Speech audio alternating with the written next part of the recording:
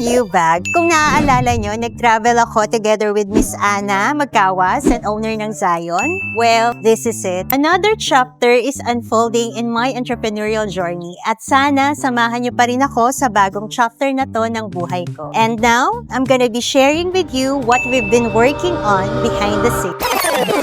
Time check, 9 a.m. Nandito tayo sa manufacturer. As you can see, nag-R&D talaga kami for this biggest product na ilalabas namin this 2026 for our Charlet. Ang cute ng name, no? Charlet. Very French, very European yung name niya. Andun si Sis A, gumagawa rin ng content niya. And talagang gagawin namin yung best namin for this product. Be giving you the best quality. These are all authentic leather talaga. So, hindi siya synthetic. These are real leather. And comparable yung quality niya sa mga high-end luxury item like Hermes, Chanel, Louis Vuitton, etc. Name it. Kaya niyang pumantay.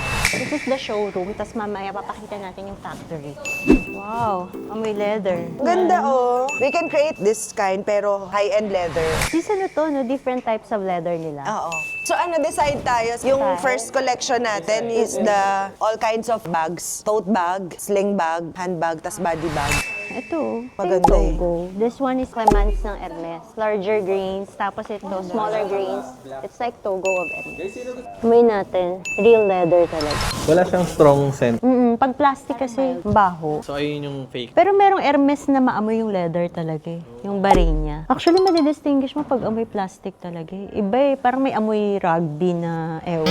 Ayan o. So dito makikita natin, sobrang dami nilang mga types of leather pero hindi lahat yan same quality. May mga stress test sila na ginagawa for you to be able to identify which grade or ano-anong klase. Parang may leveling sila. Level A, Level B, or Class A, Class B, Class C. Depende dun sa quality ng leather. Meron silang mga ganito, grained material. Meron din yung maninipis yung grains niya. Merong smooth leather like ito, yung material nito. Ito, mas pino yung grains nito. So later on, ma-identify natin kung alin yung mga leather na may highest quality. Depende dun sa gusto natin na, syempre, kung ano bang gusto natin maging quality ng bag natin. Syempre, dun tayo talaga sa highest level. Ang ganda, grabe. Ang sarap mag-create ng own brand mo. Actually, dream ko lang to magkaroon ng sariling line na bag. So, yung pipiliin nating designs is curated for the young professionals. Yung mga ages is around 25 to 35. Yang pa rin naman pag 35, di ba?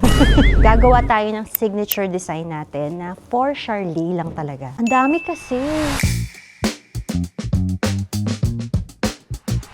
Parang maganda rin to have a backpack, babe, no? Ay, no? Cute. Hindi naman lahat naka-shoulder bag, eh. Tapos may quick access din dito. May top handle siya. Maganda kung may smaller version.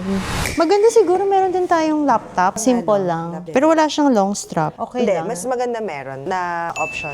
Lalagay lang naman dito sa video. Ang dami pa pala dito. Hala, dito din. Ang dami pa rin dito. Parang malilito na lang tayo. Talaga. Dito pa lang litong-lito na tayo sa pagpili ng designs. Ay, ito pa. Ano ba yan? Bahala ka na.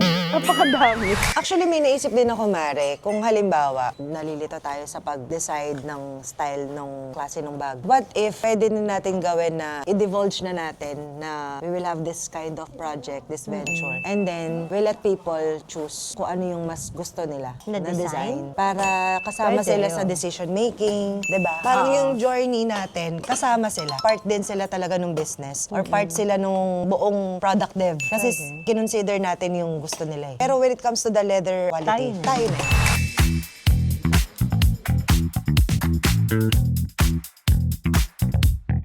Sinaganda pa tayo ng supplier. Private chef pa.